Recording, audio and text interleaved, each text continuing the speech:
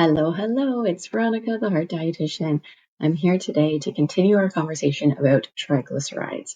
So I'll link the video I did above that details how to manage triglycerides with diet in more detail. But today I wanted to talk specifically about reading food labels when you're trying to lower triglyceride levels. For those of you who don't know me, I'm Veronica. I'm a heart dietitian, and I work with individuals just like you to help lower their cholesterol and blood pressure using food and nutrition principles.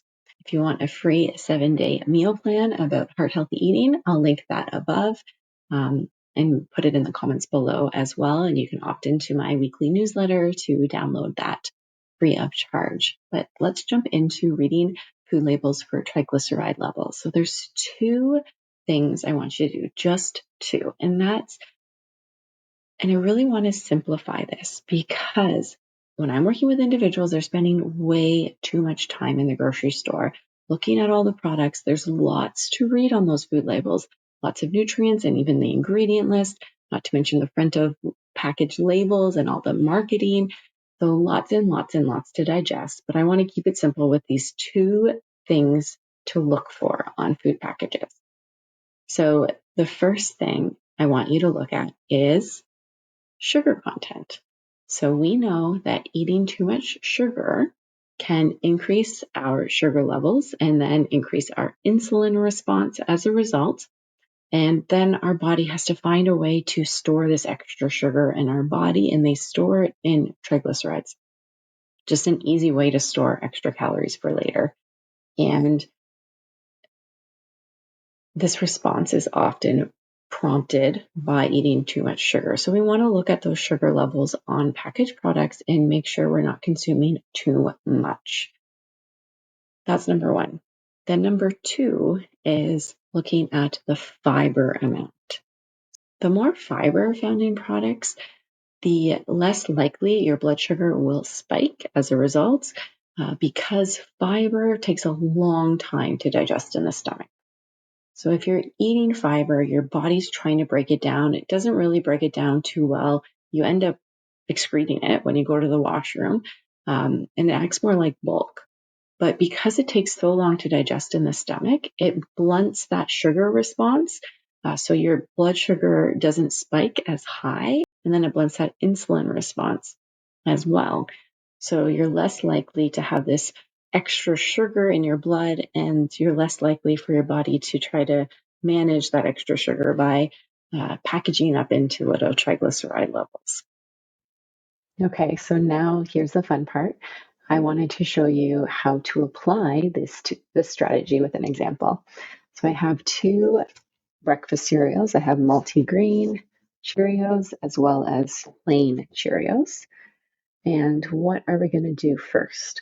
So when we look at the nutrition facts panel, we want to make sure the serving size are the same because we want to make sure that we're comparing the same amount of a product to each other. So let's look. This Cheerios box is 1 cup and multigrains is also 1 cup. So it's an easy way to compare. But you always want to check that first before comparing any product, because if it's not the same serving size, you're not comparing the two products equally. So then remember, the first thing you want to look at is sugar. So the plain Cheerios, for 1 cup, it says it has 1 gram of sugar. And for 1 cup of the multigrain Cheerios has 6 grams of sugar. So there's a 5-gram difference, which can be significant, especially if you're having maybe 2 cups of the cereal. That's a few teaspoons there. So definitely having the lower amount of sugar would be great. And then remember, adding more fiber can also help with blunting that blood sugar response. So the plain Cheerios, let's see how much fiber it has 3 grams of fiber per 1 cup. And the multigrain Cheerios has 2 grams of fiber per cup. So ultimately, the plain Cheerios would be better for your triglyceride levels because it's lower in sugar and higher in fiber per serving.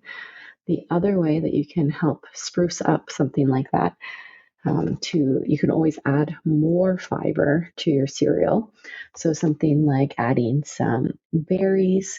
Berries do have some naturally occurring sugar, but lots and lots of fiber. So that would be great. As well as maybe adding a handful of pumpkin seeds would be a great addition to add some more protein, a little bit of healthy fats, as well as more fiber. So I hope that gives you some context about how to read the food labels and how to choose a product that is healthier for your triglyceride levels.